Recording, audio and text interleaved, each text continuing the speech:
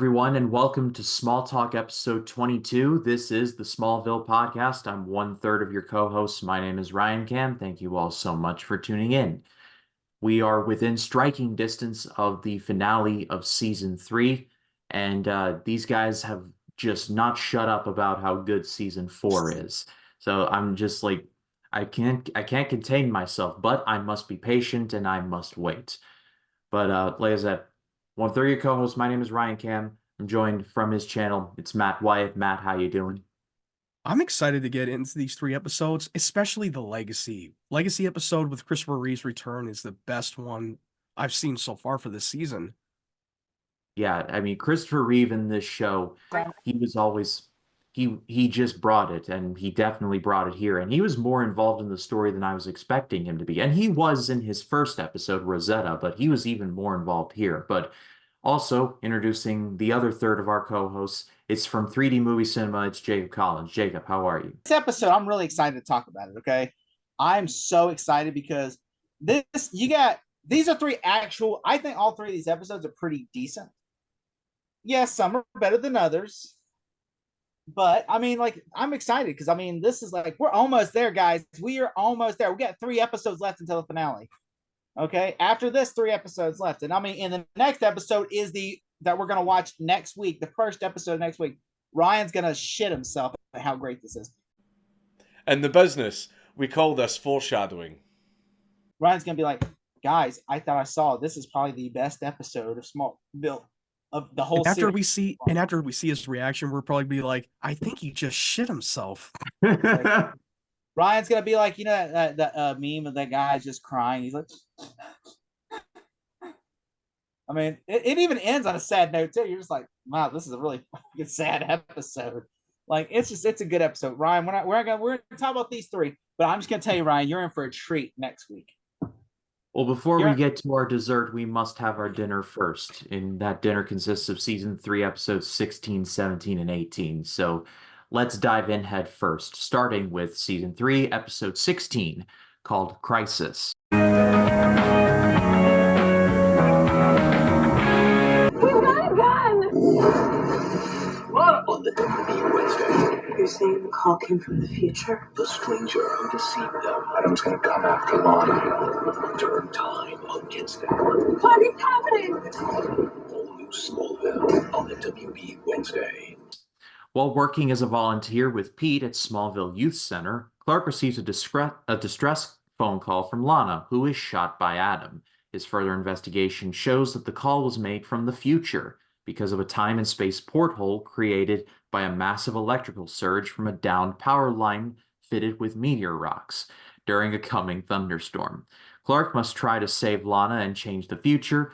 Meanwhile, Lionel Luthor shuts down the obscure Merton laboratory and the research that Dr. Leah Tang is developing with blood platelets, which were finally revealed to have been developed from the vial of Clark Kent's blood.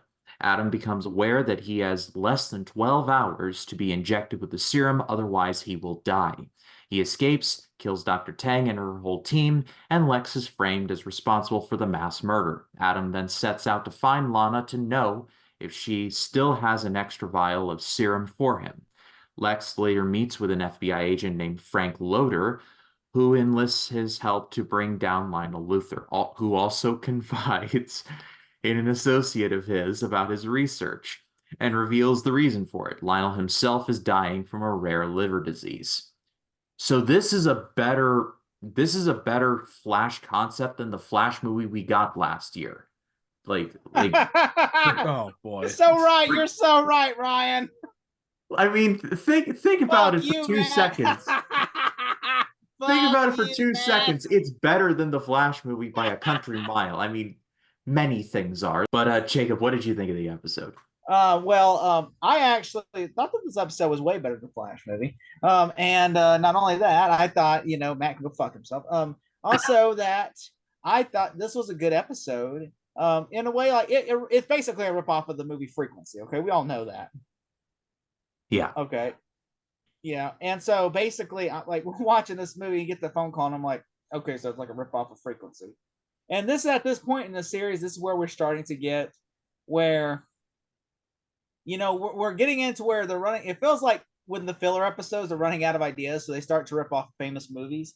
Because there is a scene, an episode in season 5 that they rip off a famous horror film that stars Keith Sutherland in the 80s. And Flatliners? it's not what you think, and it's not what you think either. It's not what I know you're thinking Lost Boys. It's not. Flatliners? I'm not gonna say. All right, then keep your secrets. Uh, I wouldn't say Flatliners because that's a oh fuck. I can't say too much. Something tells me that I will figure it out when the time comes. But Matt, what did you think of the episode? It's a pretty decent episode. I mean, we get this. This is going to be the last time we see Adam in the show, and I thought he put on his best performances he possibly can. And I do agree that this episode was a little bit of a ripoff from Frequency. Like after watching that so many times, like yeah, you start to piece it together. They definitely ripped off that movie. I'm waiting for Dennis Quaid to show up. Yeah, Jim exactly. Caviezel. Yeah, but we get some new developments on the it's a Luther heavy episode. The ending of this episode, jumping to the ending a little bit, like seeing Lionel Luther, like listening to that music and learning that he has a terminal liver disease, then just like taking out the gun and like the barrel is like going in, and as the credits roll, I was just like, what? What's going? I was freaking out when that happened. Like there is no way. I mean, listen. Yeah, think about Luther this, after Ryan. losing hope with that serum, that is a lost cause because it's only a temporary serum. Because then every time you use it, it always your body can like fastly like decompress, and it's not a permanent cure. And he knows that there's nothing left for him anymore. Might as well just off himself. And it builds up the suspense. Even if you watch this for the first time, you're like, is he actually gonna shoot himself? Like you didn't think about it when you Ryan. first watched that episode. Did you think he was going to do it? Like, I was wondering. I was just sitting thinking, did Ryan think you were like, oh my God, there's no way he's going to take himself out the equation? I had a good feeling that he wasn't, but the episode did such a good job of making me like lean in and being like, there's probably no way, but Do you think the show could have maybe. continued without Lionel? Probably not, which is why I was so hesitant to be like, oh, yep, he's definitely doing it. I was like, no, probably not, because we still got a lot of meat left on the Lex and Lionel bones, so to speak. So it's going to be interesting to see what happens there. But it was like a crazy ending to the episode. I was just like, yo, like what would have happened if Lionel pulled the trigger? Like it would just thrown the show into chaos. Well, I mean, then because then, like, yeah, because Lionel technically is the villain of the show, and we learn in these 3 episodes. Not only does Lionel know about Clark, Lionel is like 10 steps ahead of Clark, even thinking, because he's like, yeah, Clark's an alien, I know it. Like, that's Lionel knows it. He just don't know what he is. Like, he tells Chloe, I know Clark Kent's not from this world. I just don't know what he is. I'm Yeah, just like, he had total suspicions of Clark. He already knows and that that confirms it. Like, he's something out of the ordinary, and he still is trying to find the answers. But also, if he finds the answers of anything that is alien activity, he thinks that that's going to help cure his liver disease. That's the whole journey is about him curing, like so that he can live forever. Yeah, we get a dumb moment at the start of the episode from the sheriff who is like, oh, Lana, oh, Miss Lang, you must have done a prank call. Like, yeah, in the year of our Lord 2004, she totally prank called herself, Sheriff. You are smart. You know what? The next time you have a thought, let it go. oh, watch this. I'm going to fuck with Clark on my own. And just like, Oh, I can't wait to fuck with Clark right now. Let's call the suicide hotline. yeah, like, and what world do they think Lana? I guess because maybe a couple episodes back she was a thief, like when she robbed Lex's installment. Well, to be fair, she wasn't really herself. She was under the influence for that like, Megan but boy. she doesn't know. But she doesn't know that. You know, the sheriff just thinks, oh, these are just a bunch of hooligans, and I'm the law. She thinks basically she's Chuck Norris and Walker Texas Ranger. She's the female Texas Walker Ranger. And she's like, I'm laying down the law. I'm laying down the law. Like, literally, she's basically RoboCop with a country accent. I was like, tone it down there, Walker. Your move, creep. Dead or alive, you're coming with me. Just like I just imagine though. I just to her, the actress does a good job of playing this like overly like crazy sheriff, you know. And I will say this episode, there is a detective in this episode. You know, the one I'm talking about, the Asian guy. The one who was like, he was so overacting, like Mr. Luther, and I'm just like, what kind? Are you Chris Evans from Scott Pilgrim versus the World? Like, what? Why are you so overacting? Like he's gonna offer Michael Rosenbaum to join in the League of Evil Exes or something. Prepare to feel the wrath of the League of Evil Exes. Yeah, it's like literally, it's like Scott, because he's like feels like he's Chris Evans from Scott Pilgrim. Listen here, I suspect you, and at the end, like when the FBI shows up, you FBI's are always. And I'm just like, oh, I'm like, cut, guy, look, dude, you got to stop pitching it. You're not like, what the hell is that? Okay, like, you know, you're a cop. You're not a freaking spy. You're not an evil mastermind. You're not dude. You're not a secret agent. You're a fucking detective. Act like a detective, dude. Like he even does his eyes like, yeah, I detect you. He's trying to act all mysterious and all intense right there. Oh, I have my suspicions on you, Luther. The thing that got me was when he went out and told Clark, when he told Clark that your friend's been like flapping off for an hour, like he sold you out. I'm like, you know, sound travels, my guy, and this dude being Clark has super hearing. So he's like, Clark's bullshit detector is more sensitive than most. You have no case, you have no fight in this whatsoever. So you are not going off half cocked. You are going off not cocked at all. So like, so what are you doing? Yeah, and apparently he's being framed for the murder of that scientist that Adam killed. Yeah. That Getting was murder on his own son. Damn. This dude is like the mall cop that goes to the mall and he gives everybody a ticket because they looked at him bad. That's so one like way to put it. So like Paul Blart, but in reverse. Paul Blart was like Blart, an evil Paul like Blart, cop. Like he was like detective. he was bad lieutenant. Paul Blart. Oh, that's a good point. Yeah. But yeah, Lionel dicks one over on Lex again, setting him up to be the fall guy in the lab. I'm just like, you know, my friend, Lex, you really like, you know, we know you're dying and all that, but you're really having a hard time like making me care for your death here. Like, come on. Dude, he threw his son in the mental institution. He threw him in the mental asylum, drugged him, gaslighting him, and also fucking erased his memory for the last 6 weeks. Like, Lex literally goes up to him. This is a man that made you miss. You're missing 6 weeks of your life, okay? And you literally go up to him and basically blackmail him. And then on top of that, after all this shit goes on, he goes, "You're project manager now." Then you're just like, I was like, no, bullshit. That's your fucking problem, not mine. Dude, the moment that Clark and Lex found the dead body of the scientist in the laboratory, Lex should be like, I'm out of here. That's literally a moment with, damn, who's that? Damn, who's Clark that? should have been like, man, Lex, I don't know why you killed all these people. And Lex like, I didn't kill all these people. Yeah, Lex was so confident that Adam was not going to escape. Like he's already deteriorating, decomposing. And to find them and to go to that lab, seeing all the people being slaughtered by Adam himself. Yeah, you spoke too soon, Lex. Adam's running around like he's got the virus from I Am Legend. All it needs is Will Smith chasing him around in Smith's Ford Mustang with his dog. Yeah. And then when he sees him, he slaps him to death.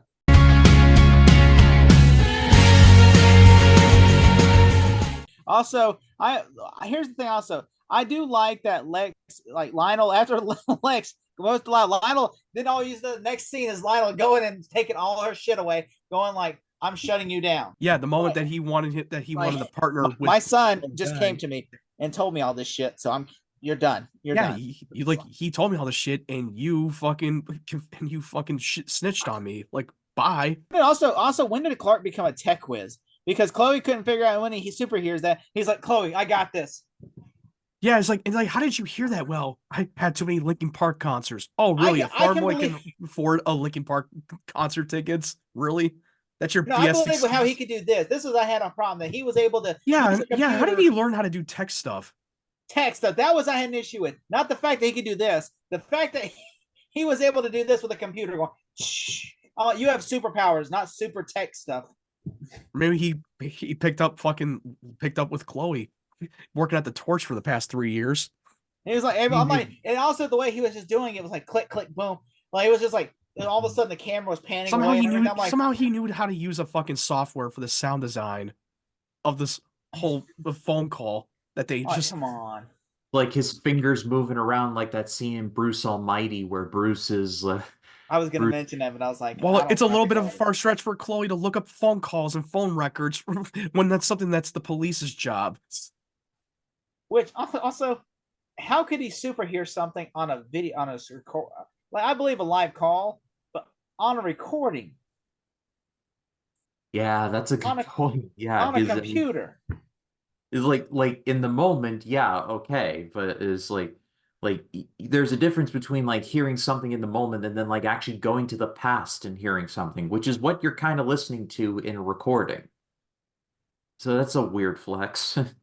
It's just like this. It's like, and then he's like, he's able to hear that, and I'm like, in the year, and also on sound equipment from the year 2003 Or four when this episode came or out. four. Because I remember the technology from that period, and people like complain about like stuff nowadays, and I get it, but like technology is like so much better today.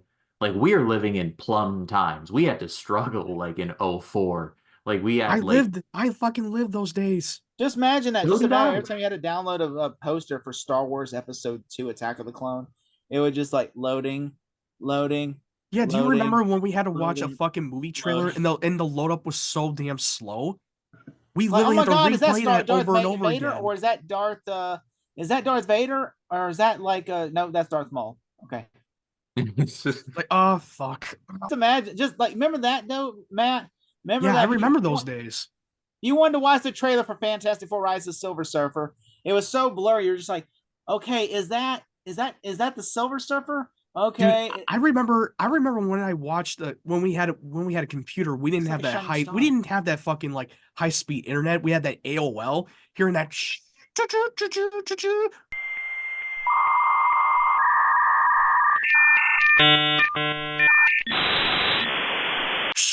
I was like, oh god, I feel like there's a virus coming off and Skynet's taking over and shit. What the hell's going on?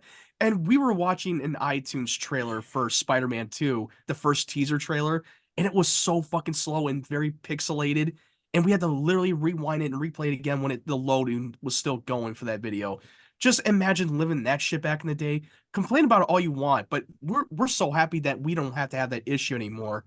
Oh, you know, when 2006 or 7, we didn't like. So I didn't have internet growing up. So like on like, so if you saw a movie trailer, you had to watch it like when you rented the movie and you like watch a movie, it would be in the previews.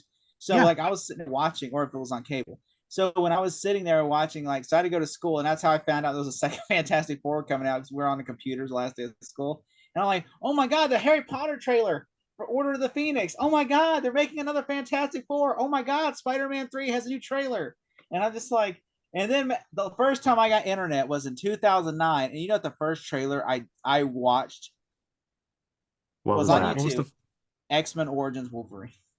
Oh God, like why? I was super duper excited. I begged my mom, can I download the poster? And I still have to this day like a little like poster this big off of Marvel.com. Yeah, because when I had I didn't have high speed internet until like back in 2007. I was like a freshman.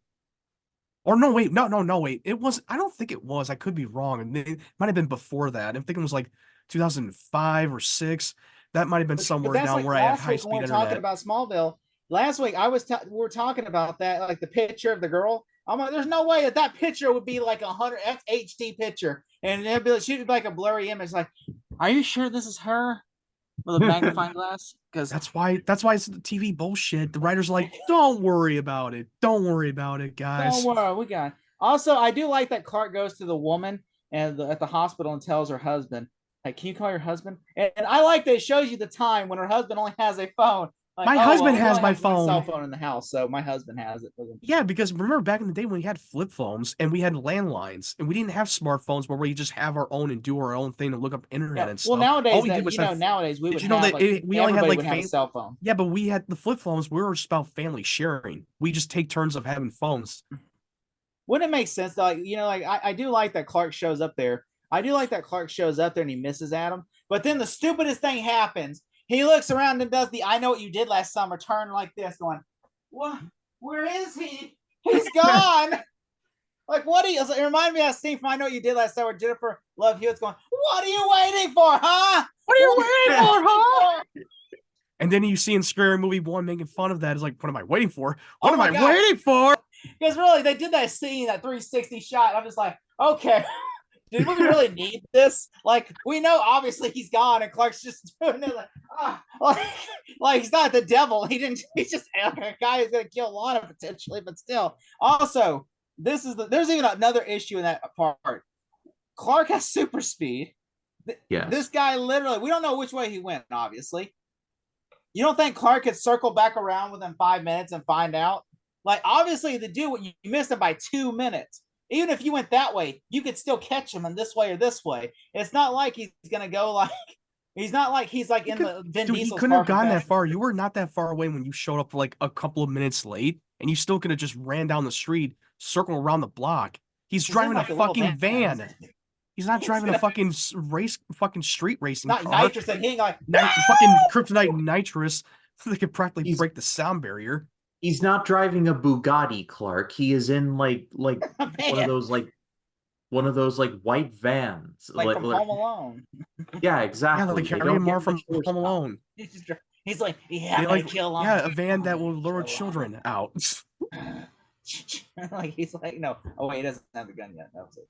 But I was just like, still though. He did take that gun from Jonathan. Yeah, it was from Jonathan. I was just thinking, like, what? I was like, but that was just thinking. Clark just like gives up. Like, well, he's one of these three. I just fuck it. I don't think that was a smart, bright move to put her in the safe house at the Kents when Adam was been spying on Clark for months. Yeah, hide her at the fucking police station. That's the first thing you go to. Let's hide at Clark's place. The one I got fucking injured and from the fucking horseback back a few months back. Yeah, let's do that. And like Adam already has the drop on Lana and them already. Like, nah, let's take you to the Talon. I'm just like, dude, you're right there. Like what are you doing? Yeah. Also, Mr. Kent goes outside, knowing that there's a killer knowing that there is a killer after Lana, and then he sees the truck outside, so he does like, oh my god, there is someone in the truck. I am going. No, he didn't say that way, but he was just like in like a way where like, I must go investigate. Like, you know, I'm just thinking, Jonathan, dude, you're smarter than this. Do not go out there, Jonathan. Don't you? I don't think he watched a lot of horror movies or this thrillers. Man does not watch TV, obviously, or else he'd be like, he watches Western. He watches a Western movie, dude. At least he would shoot at the truck and be like, fuck you, Adam! Bam! Fuck you, Adam! And then Chloe's just laying there dead. If this was like a horror film, that's exactly what would happen. If he was fucking John Wayne. It's like, I got him, Lana! I got him! And Chloe's laying there dead. He's like, oh shit! Then Adam knocks him out and grabs the gun. We got roll credits. It's just like. Also, going back to the mansion stuff, when the detective is holding Clark there, and Clark is like, you know, I don't think it's gonna look too kindly that you held a minor against his parents' wishes. I'm a minor. Yeah, he played the minor card. Like, dude, when has this ever kept you away? You go to like Talkville, even mention this. They even say in this episode, he says, I'm a minor. He goes, when has that ever stopped you before? Like, you've been in harm's way every time, and this time, because you want to leave. You're like, I'm a minor. If you have hard evidence, if you have nothing, you can't keep me here legally. I have the right to leave. Like, just run past this jabroni. You have super speed. Come on. And also, like, you could have just say, am I under arrest? And if you have nothing, then I have the right to fucking leave, and you go fuck yourselves. Am I under arrest? No. Then smell you later. I'm out of here. Smell you later. Bye. Also, I do like that, you know, that Clark can like go to the lab to see Adam, and it's just been like gone. Like everyone's dead, and then they find like Dr. Tang is gone. I mean, like, she's laying there dead by strangulation. The only thing I thought was stupid in that scene was why would she tell Adam, oh, you're not coming with us? Wouldn't you wait until you're like, okay, I'm going to give you your serum, okay? I'm going to give you another serum so that way to transport you, and then that's how you kill him. Why the hell would you tell him, oh, you're not coming with us? I'm going to kill you with this thing right here. Now stay safe. Here's the thing. She should have left his ass there to die. I mean, why would you give him the regenerative serum when he was only got 12 hours left and he's got nothing left to live after Right? that. Like, that's not the smartest idea for a doctor like that. I Wouldn't it get have that been you're all about smarter? saving lives, but you're giving him one last serum and he can't have another serum again. He's gonna die in 12 hours, and now he's gonna kill you If because you if he's don't gonna know what go to do with out, him. if he's gonna go out in 12 hours, just let him deflate. You just stay away from him and just let him deflate and just go. I feel like she didn't have much common sense. Like, what did you think how this was gonna go down? I thought she wanted Adam to escape. I think she was wanting to create havoc to ruin Lionel Luthor. Besides, like, what are you gonna do? And even if you do escape, you're gonna die in 12 hours. Like, what the hell was the point? Also, I just thought, you know what? And Ryan, that's why I said I was so disappointed with this arc, because he went almost like he was basically supposed to be Batman, and now he became Dead Man. A dead butt man. Deflated yeah. man. No, deflated man. No, Dead Man.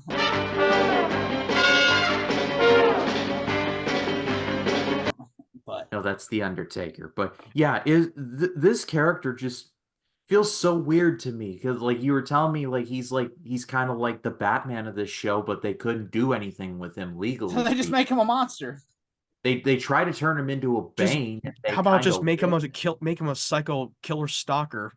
Wouldn't it have been They better don't- if they made him Bane? Like if his name was like Edward, but I'm sure they probably were like, no, we're not doing that. Yeah, they would not have allowed to have Bane in the show. That would have been much more strange to do that. Then that would kind of ruin the tone of the show. He's not Bane. He's like Ben or something like that. He's not Bane. I am Ben. Ben. You're just like, why am I just calling Bane? This is so stupid. This is even stupider. By the way, in the next episode, not on the next week's episode, the first episode, they got into an argument. The showrunners got into an argument with Warner Bros. Over the stupidest thing ever. It was so stupid that they were arguing with the heads of the studio, saying, "We're arguing your own mythology against you." Telling you why, because you won't believe it when I'll tell you next week. But anyway, this episode though, I do think it's stupid how when he dies, he's just sitting there like it almost feels like he's like fake dying, like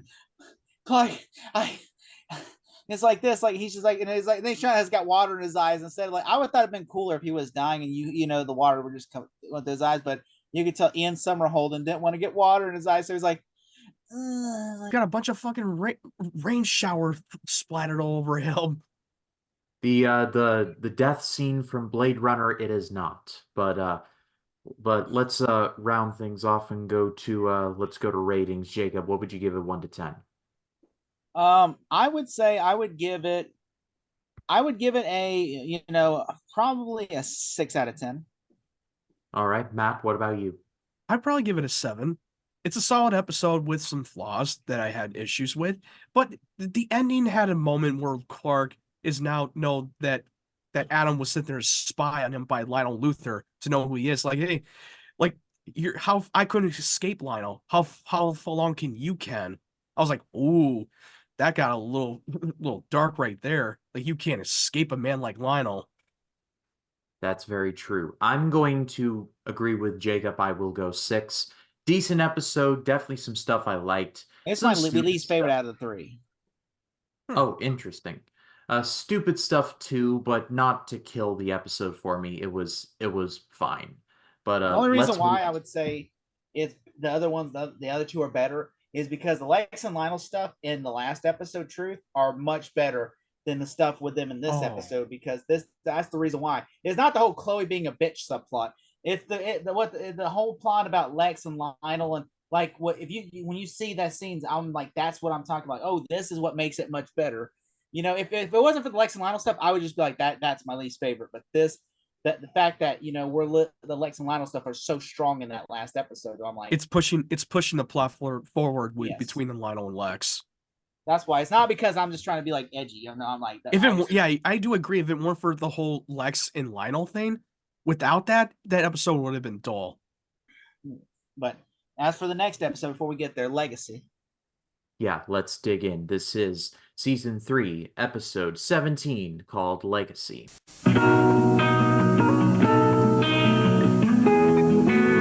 Smallville is back. Christopher Reeve returns. The more you pursue this course, the greater the risk. Now, Clark will face an enemy You're never gonna find what you're looking for. Dad! he never expected. You betrayed me! Smallville. It's not just the name of a really good Eminem song. While on the roof of the barn, Jonathan is contacted through the octagonal key, and Clark saves him from a fall. Clark goes to the Kawachi caves and the key to find an explanation for what happened. When Lionel Luthor unexpectedly appears and expresses his suspicion towards Clark, Lionel goes to New York and secretly meets with Dr. Virgil Swan and proposes an association to investigate Clark. Meanwhile, the FBI is revealed to have bugs in Lex's mansion for surveillance to obtain evidence against Lionel, and Clark becomes a suspect due to the interest of Lionel in the apparently simple farm boy. Later, agents led by Frank Loader arrive at the Kent farm to search it for the missing octagonal key, leading Clark to mistakenly believe that Dr. Swan betrayed him to Lionel. Meanwhile, Lana cannot seem to make up her mind whether she wants to stay with Clark or not. So this episode is the last with the late, great Christopher Reeve as Dr. Virgil Swan. May he rest in peace.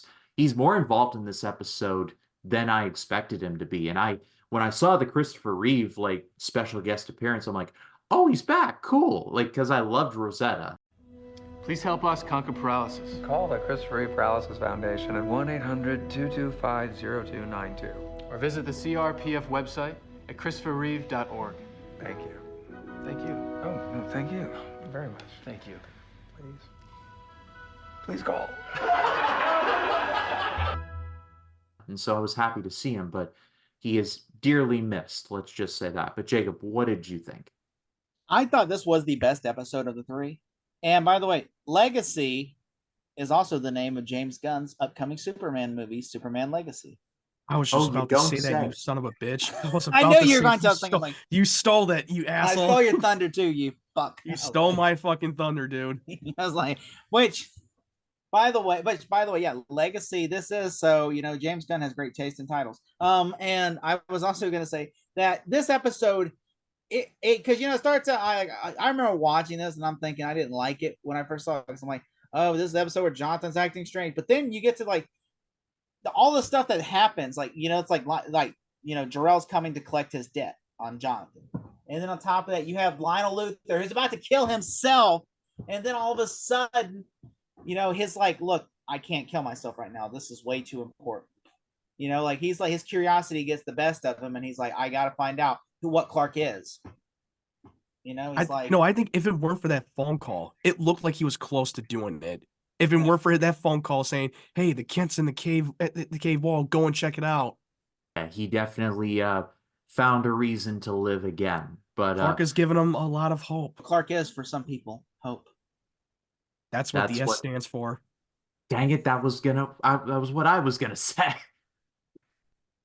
But we're all on cylinders with Superman references tonight. I mean, we're talking about the Superman TV show, so I mean, we might as well get him in while we can. Lionel really is like, this is a Lionel-centric episode, because Lionel's in almost every scene in this episode. It's really about the two fathers.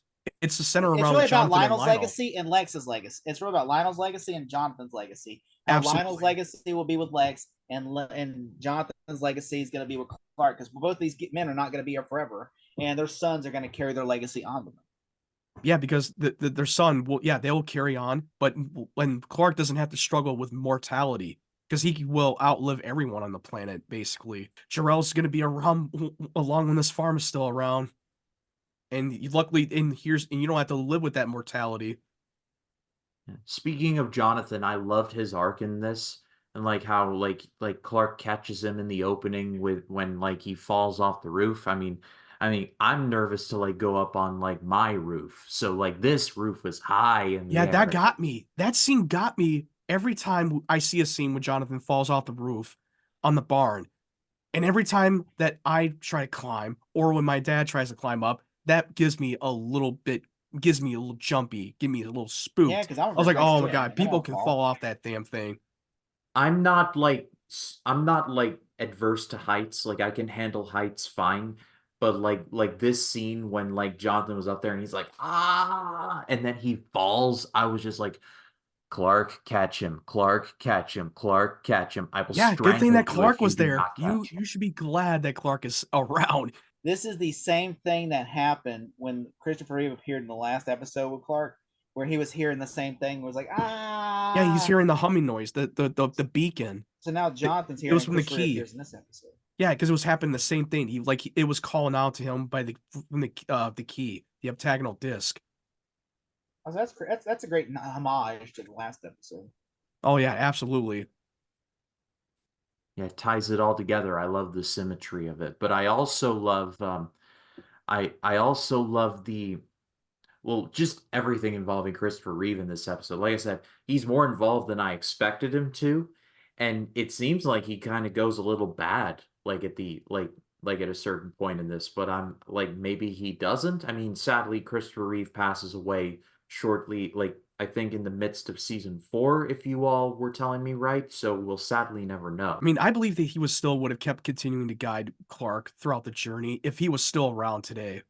I mean, it did seem like he was about to go bad, but I think he had a little bit of agenda of his own, but he will still do everything he can to protect Clark's secret and keep it from the Luthers without exposing them because he gave his own word that the secret will never leave this room.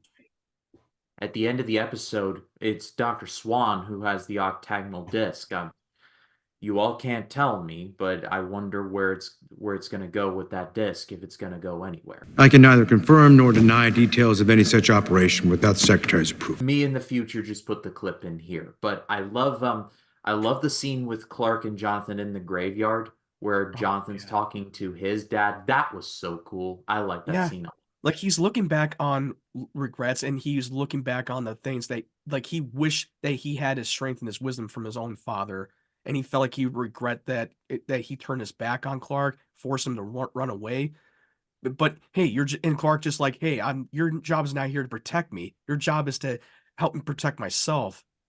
I was like, oh god, that scene was so good, especially with a father that it has a big relatability when a father has raised their kids to give them all the answers that they need, but as they grow older and more mature, he doesn't know if he can give them that knowledge and don't think it's good enough anymore. Like, I don't know how much I can give to you.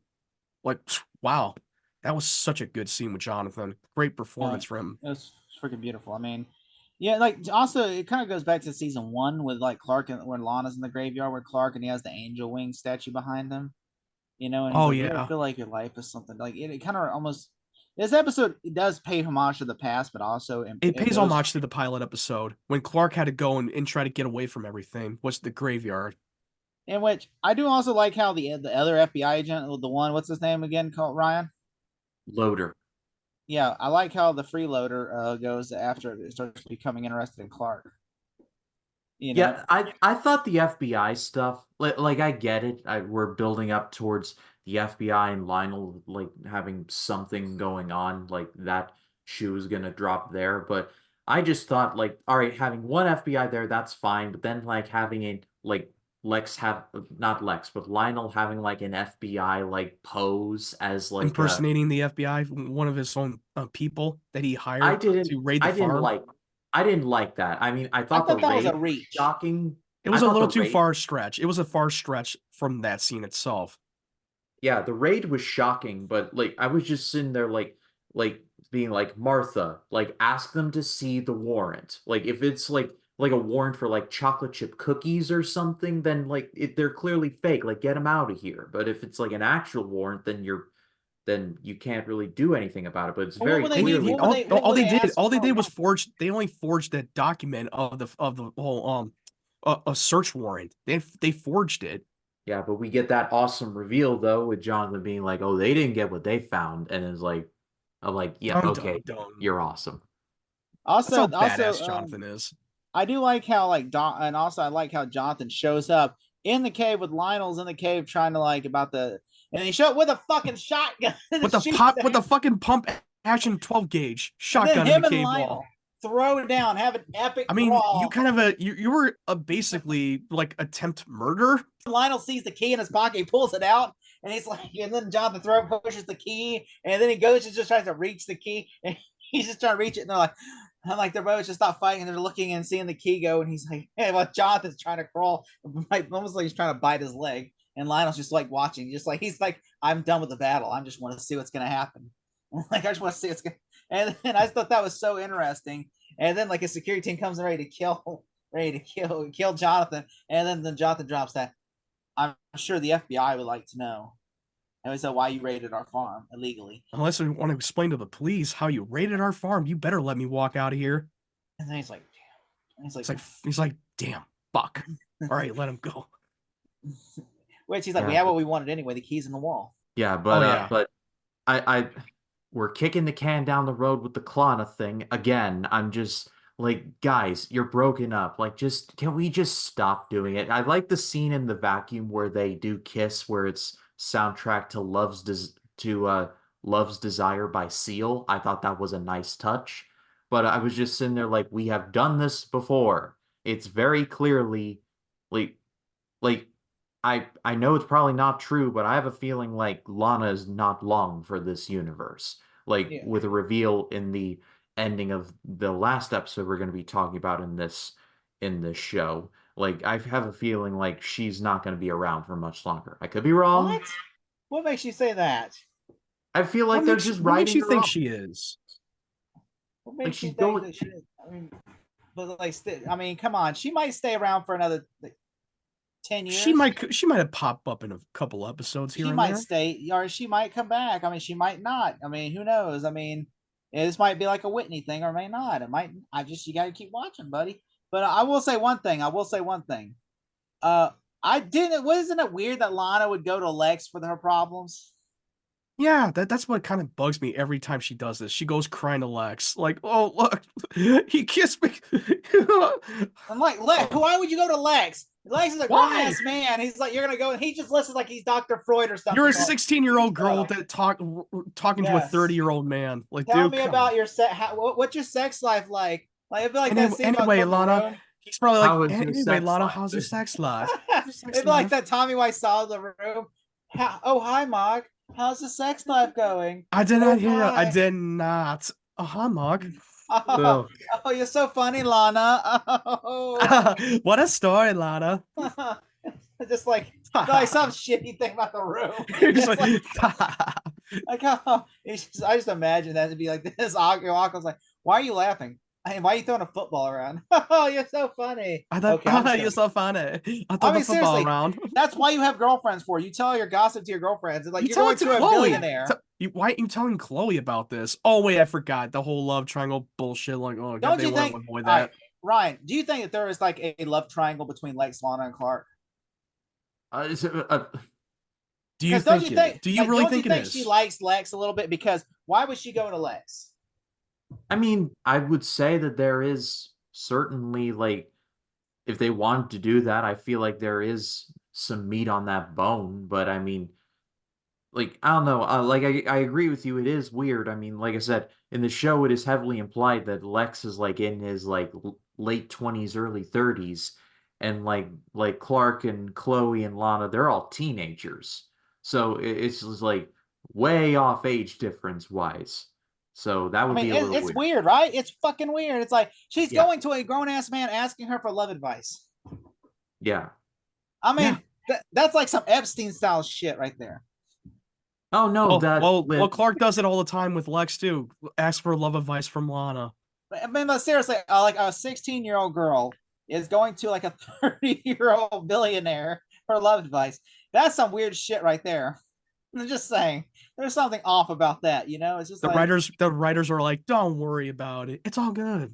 Michael Rosenbaum is like, you know, they're legal of age in real life, so it's fine. You know, no one believes Clark is really in his teens in real life. He looks like he's 25 years old. Dude, no one believes that he's actually in his teens. He still looks like he's in his mid-20s. I looked it up. He's probably like the coach. He's probably like the coach from 21 Jump Street. Except for much told, young man, wouldn't you go through puberty like at 7 or something? Well, like you're in your mid-20s for crying out loud. Yeah, you know, I was looking it up randomly. Tom Welling is 49 years old. Like, I'm sitting there like, whoa, I could not have predicted that. Damn. So how old was he 20 years ago? So that would mean he would be like 29. Yeah, he'd be 29. He was 29 years old shooting season 4 of Smallville. He was 29 years old shooting Playing a season 3 of 4. 17-year-old. Hey, dudes, I'm almost 40. Hey, like Steve Buscemi. Hey, dude. Hey, dudes. How do you do, fellow kids? They did with Tobey Maguire and Andrew Garfield. They were in their late 20s when they played a high school senior in Spider-Man 1. I'm just saying. I mean, like that. You know, it's like, but yeah, I will say though, this episode though, I have issues with the whole Lex and Lana thing. Also, do you know Lex Michael Roseman has a funny story about the hand? Because remember the scene where Lex is like talking to Clark and he puts his hand on Clark's shoulder? Mm-hmm. All right, Yes. so he said John Glover taught him how to touch people. Okay, and he phrased it that way too. And he says John always does this. He goes, "Son, I'm here for you." You know, like he does the touch. And then so Michael Roseman tried to emulate the touch. And then he goes, "Clark, I'm here for you." And then they're like, wait, Michael, what is that? And he said, "Why are you touching Clark? Don't touch Clark. That's weird." And he goes, "But like John does it." And he said, "John is an award-winning actor. You're not." He says, "Stop it." Yeah. That's weird. He's like, "You're not. Stop it." He's Bo Duke. Mr. Rosenbaum, you do not have the street cred. You don't have the street cred John Glover does. John Glover can literally do this whole show without, like, literally, if Lex Luthor was to die right now and they were to like make Lionel Luthor, like continue with Lionel Luthor, I think nobody would complain. Like, say if Michael Rosenbaum was accused of something, or like this movie show came out now, and like Michael Rosenbaum was accused of something horrible, and then they're like, we have two options: we can recast Lex, or we can get rid of Lex and then just go with Lionel. I don't think anybody would complain. I'm glad that did not happen. But I'm saying nobody would complain. Because, I mean, they're like, Lionel Luthor is just as good. Agreed. But before we dive into the last episode, let's go to ratings for Legacy. Jacob, 1 to 10. What do you have? I will say, I think this episode is a 9 out of 10. All right. Matt, what about you? I'm going to go with 9.5 out of 10. I'm going a little higher. What do you freaking do? I'm going to go 9. I really enjoyed this one. It's always nice to see Christopher Reeve. There is a lot of good stuff here. There's a lot of moving forward of very interesting things. And like, Jacob, you need to behave. Like, you seriously need to behave, right?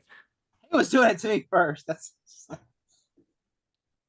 This is what I deal with on Thursday nights, y'all. We're children sometimes, but I love Matt. Matt's great, though. I do love Matt. I mean, we're just giving him a hard time about the episodes. But I will say, though, in Matt's defense, this is a really good episode. If 9.5 was a real rating, I would actually go with that, too. It's a real rating here, but let's dive into the Chloe is a raging bitch episode, otherwise known as Season 3, episode 18, called Truth. This episode should have just been called Bitch. Everybody would have got the reference once they saw it. No, actually, they should have called Chloe's a raging bitch. Because everything she does in this episode, you're rooting for the bad guy at the end to kill her. Yeah. Like, this is the only storyline they give her the whole fucking season, and then they make her, hey, we got Chloe. We got you something, Allison. We finally got you something. What? You get like sprayed with toxic fumes, and then you become a raging bitch and get everybody's secrets and try to exploit them. Just exposing everyone to the school. And you get a mother arrested, but let's cross that bridge in just a second. Read the plot.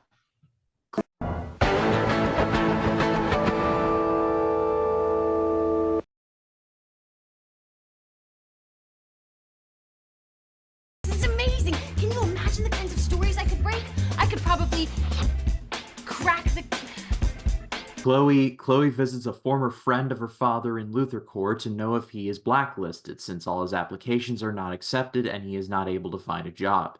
She steals his security card and breaks into Luthor Corps, trying to find evidence.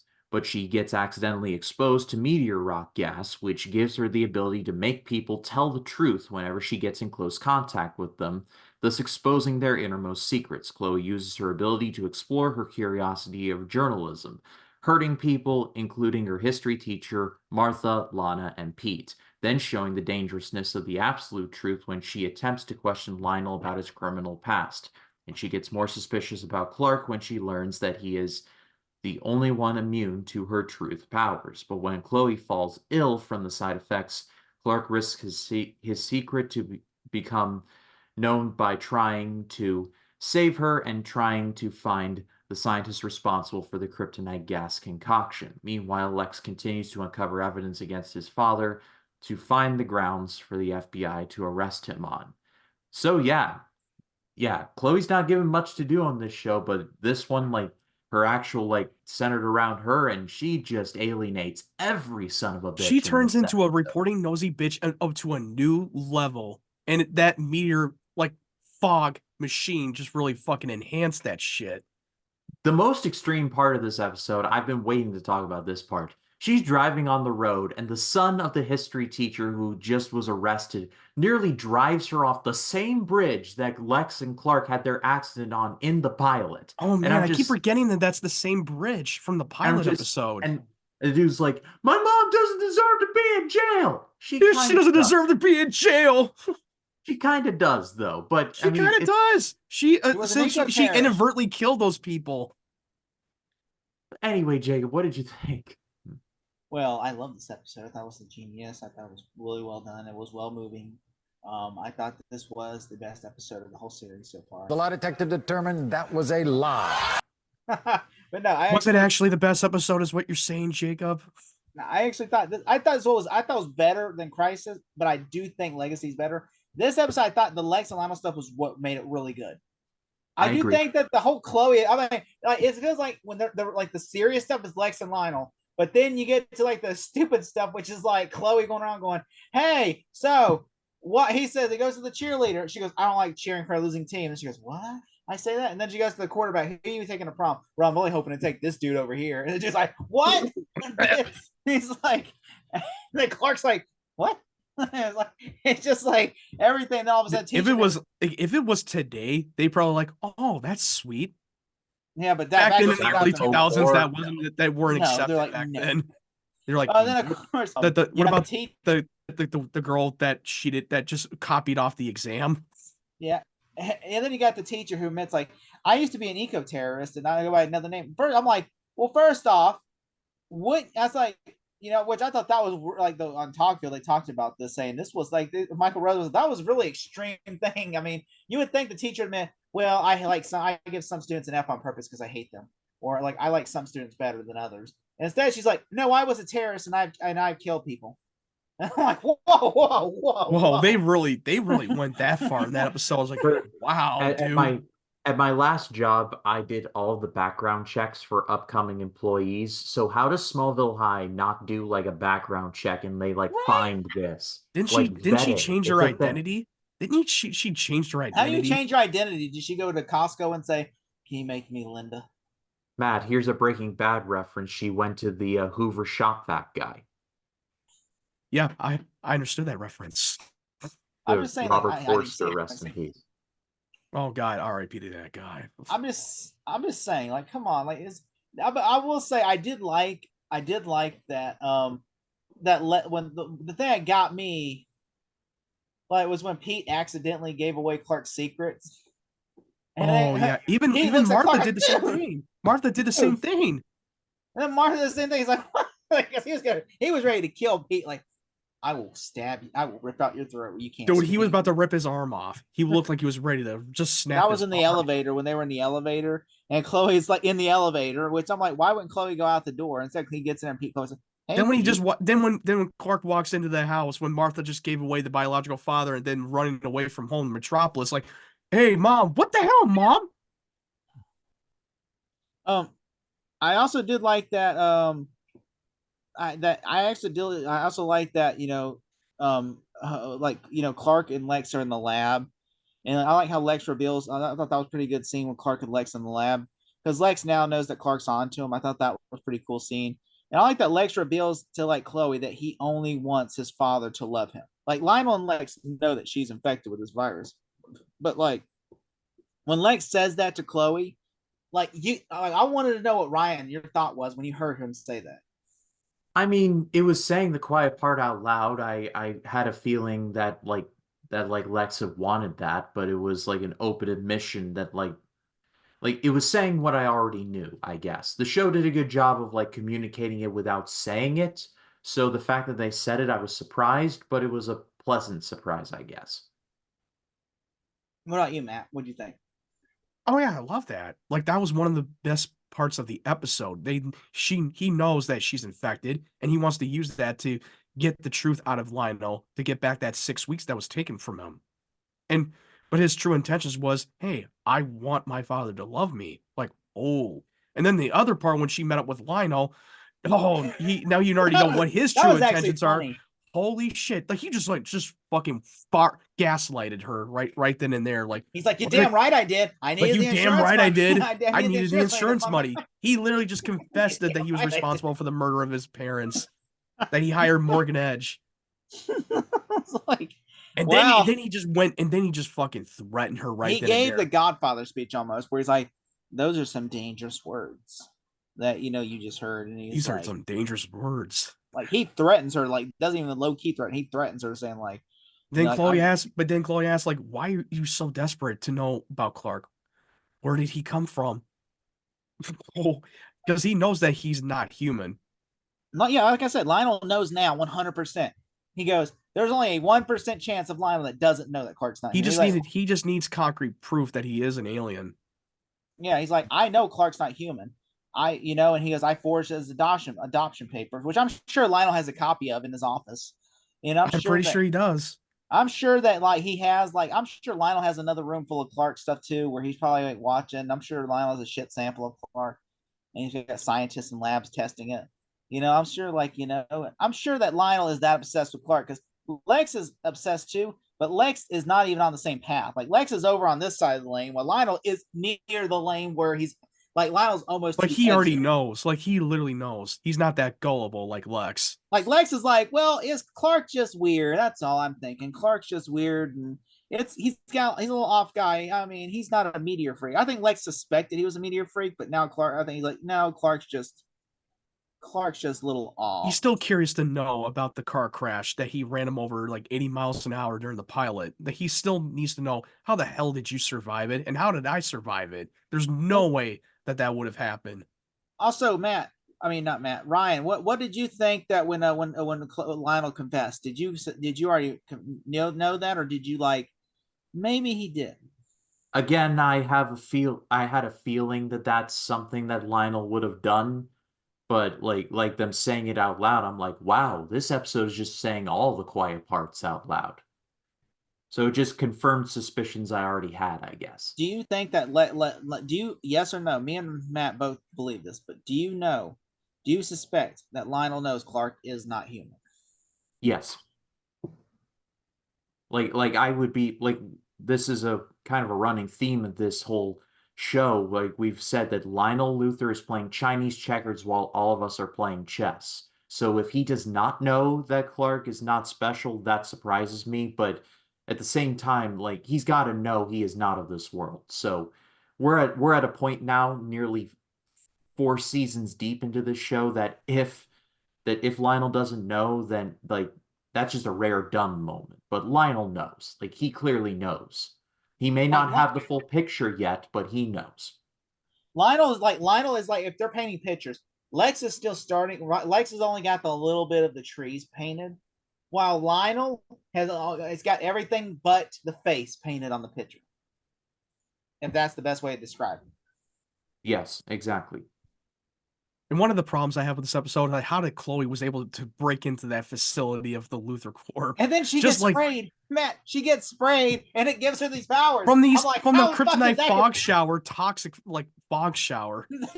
Anyway, it breaks in like, give him superpowers, everyone. Give him superpowers. And she was able to escape with no sweat. They have worse fucking guards in the Luthor Corp facility. Like you're breaking into a highly secure facility. A high school kid could be able to break in. I don't know. Maybe I just plain missed this, but surely you would think that with like the toxic gas, there'd be like some kind of a sign being like, do not enter this room. Toxic gas in here. I like, in the words of John B. Christ. What? feel like that needs a sign. I mean, also like she randomly walks into this place, and then like the steam that you would usually use for decontamination contaminates her. That's what I found ironic. That's usually decontamination steam. Instead, it's just like gets her, and she's like, "I can go and tell people the truth now." It does the opposite. I can do and get people to tell the truth. Also, Clark goes Pulp Fiction on Chloe when she falls down and sticks a needle through her heart, like in Pulp Fiction. Yeah, he did. He goes Pulp Fiction on her and just goes. Show it, and the writers, they like to show off her hot bra that she's wearing in that episode. You always got to show that off. Though this show had 1,000 times less profanity than that scene did in Pulp Fiction. Also, the teacher's son tries to kill Chloe. I thought that was pretty funny. I mean, to me, it reminded me. You ever seen Birds of Prey? Yeah. Basically, the scene where Harley Quinn gets all those enemies and they're trying to kill her, and then there's a person in the truck that goes, "Yeah, I'm after you," because and I'm just like it just reminded me of that scene because it's like, oh, all her enemies are trying to kill her. It just reminded me of that scene where the guy's like running over. It just felt comedic, where he's like, "Yeah, you did this to my mom." Yeah, that was so stupid. That was stupid. Like they need to have a dramatic event in this episode to add a little bit more action that we didn't need to have in this episode. Yeah, it was just window dressing, it felt like. It was extreme. It was like, oh, I'm an eco-terrorist. They're like, whoa, what in the DB Cooper are you doing here? And then this dude drives Chloe off the same bridge nearly. I'm just sitting there like, yo, what are we doing here, guys? Like, I get it, you're in your feelings about your mom going to jail, but like put two and two together here. Like, she's very clearly on something. Like two wrongs don't make a right, my guy. An eye for an eye makes the world blind. And also, the episode was really about Chloe learning the lesson to not try to pry into people's private life, and also exposing it to everyone when it's not meant to be shown, and there's consequences. And she's learning that lesson in the show from this episode. This is the last scene I had an issue with when Kalima deletes Chloe's voicemail. This was in our year of the Lord 2003. How would Lionel have the technology to be able to delete somebody's voicemail in 2003 without having their phone or without even having access to even hackers wouldn't be able to do that. I'm like, that was some magic shit right there. It's TV magic, dude. He's Lionel Luthor. He can do anything. He's able to delete a voicemail. I'm like, how? Like, you can't delete it. Nothing gets deleted.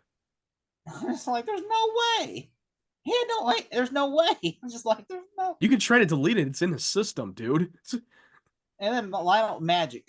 He probably got something to do some voodoo, and then all of a just sudden, like, yeah. See our rant about early 2000s technology from when we were talking about Crisis. But let's bring things home. Let's go to ratings. Jacob, what do you have? I'm gonna give this about an 8 out of 10. All right, Matt, what about you? I do agree. I do like this more than the other, like the Crisis episode. So I'm going a little bit higher as I'm giving a 7.5. Very good episode. Seven's a fair. I'll give that to a 7. 7.5, like half. I will go 7. I did enjoy the episode more so than Crisis, but at the same time, I'm like,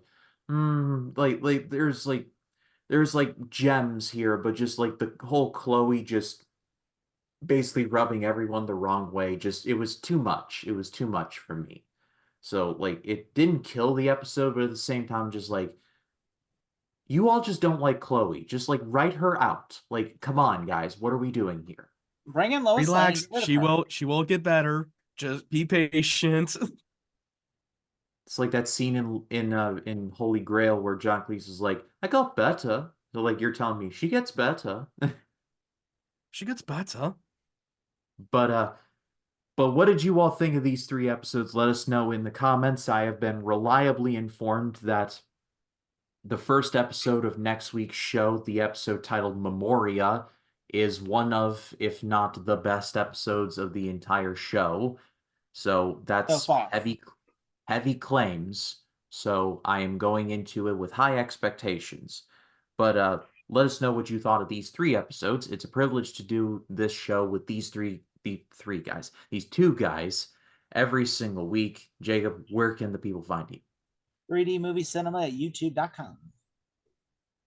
All right, that was honestly quite clean. Matt, what about you? Yeah, and you can go to my link tree. I have my social media links with Instagram, Twitter, and TikTok, and also subscribe to my channel for my YouTube channel because I just put up a couple of new videos of top 10 worst movies of the year and top 10 best movies of the year. So be sure to check that out if you want to know what my list is. Yeah, well, all of those links will be in the description of this video, so go give them a subscribe. As for this channel, I want to thank everyone for checking out the first installment of the 1999 project, where I'm going to try and review every movie that came out in 1999. Try and fail, but I will try my hardest. And thank you all for checking out my road to Godzilla X Kong. That is going, both of those series are going apace, and episodes will be dropping throughout the week. But those are going strong. Smalltalk is going strong. Life in the Movies is going strong, and I cannot thank you all enough. So for Jacob Collins, for Matt Wyatt, my name is Ryan Cam. For Truth, for Justice, for the American Way, we will see you all in the next one. Y'all take care.